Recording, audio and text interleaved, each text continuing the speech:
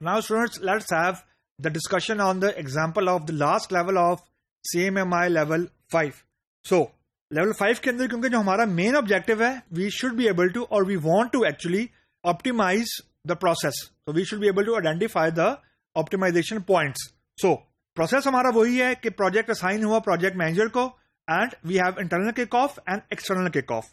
So पहला step, अब before discussion just let me tell you कि there is no hard and fast rule जो आप apply कर दें and you will end up with a good improved process or optimized process. No, the decision will come from the higher management and it will vary organization to organization because there is no hard and fast rule. Now first improvement point, हमने ये decide किया कि जी internal kickoff की audience को हम reduce कर देते हैं. पहले 4 लोग बैठ रहे थे, अब सिर्फ 2 लोग इंटरनल किक ऑफ में होंगे, the project manager and team lead. This is it. So अगर मैं नंबर ऑफ पार्टिसिपेंट रिड्यूस कर दूं फ्रॉम 4 to 2, तो अब 2 लोग क्योंकि किक ऑफ में मौजूद हैं, मैंने टाइम को अभी यहां पे चेंज नहीं किया. This can also be reduced और इम्प्रूव्ड. मैंने ये डिसाइड किया कि मैं नंबर ऑफ पार्टिसिपेंट्स को कम करता हूं, मीटिंग को 1 घंटे की ही रखता हूं, तो आई एंड अप विद 120 मिनट्स जो कि पहले 240 मिनट्स हो रहे थे. जो क्लाइंट किक ऑफ है उसमें मैंने डिसीजन ये किया कि I don't need a team lead, I don't need a QA lead, I just need to have a meeting with the client. यानी अब इसमें भी नंबर ऑफ पार्टिसिपेंट 2 हो गए. जो मेरे मैन टाइम था इन मिनट्स वो 120 मिनट हो गए. टोटल टाइम स्पेंड हुआ जो मेरा किक ऑफ के ऊपर वो 240 हुआ, और जो मैंने आवर लगाए वो अब पहले 9 घंटे आ रहे थे, now I and up at 4. This is option 1. This is optimization option 1. You can have another option. I mean, मैंने अभी सिर्फ number of participants को decrease किया है. There is a variable of the time कि meeting का time reduce कर दें, meeting को manage करें, time को manage करें. I mean, there are a lot of factors जिसको आप use करते हुए किसी भी process का time ज्यादा या कम कर सकते हैं. So this is option 1. Option 2 would be कि same scenario, अब मैंने ये decide किया कि मैं बजाय 2 kick off करूं, मैं किक ऑफ 1 ही करूंगा, लेकिन I will have now 1 meeting. Now that's another step.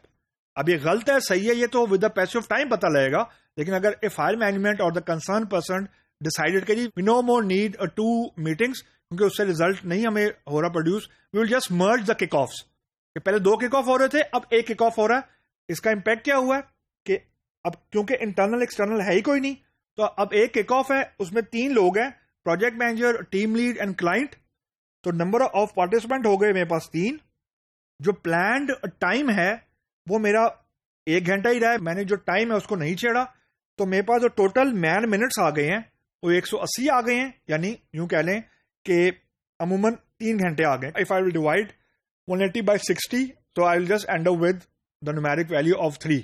Now अब एक ही प्रोसेस था, अब उसके मैंने आपको 2 डिफरेंट वेरिएशंस, 2 डिफरेंट ऑप्शंस मैंने आपके सामने डिस्कस किए हैं, जस्ट टू सी कि हमारा ऑब्जेक्टिव ये था कि कंपनी वाइड हम नंबर ऑफ जो हमारी एफर्ट लग रही है किसी प्रोसेस के ऊपर उसको ऑप्टिमाइज करें, रिड्यूस ना करें.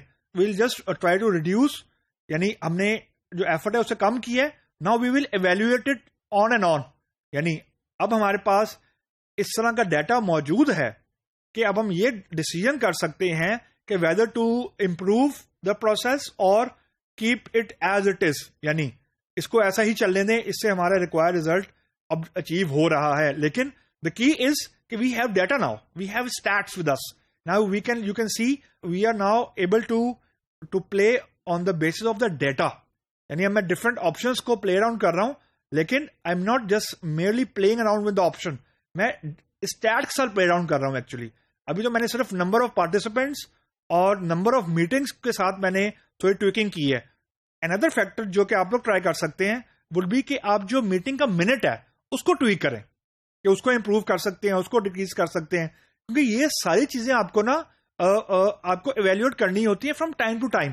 यानी there is no fix thing. यानी ऐसी चीज नहीं कि आपने एक दफा एक चीज बना दी और ये अब सारी जिंदगी कंपनी के साथ चलेगी. It doesn't work like that.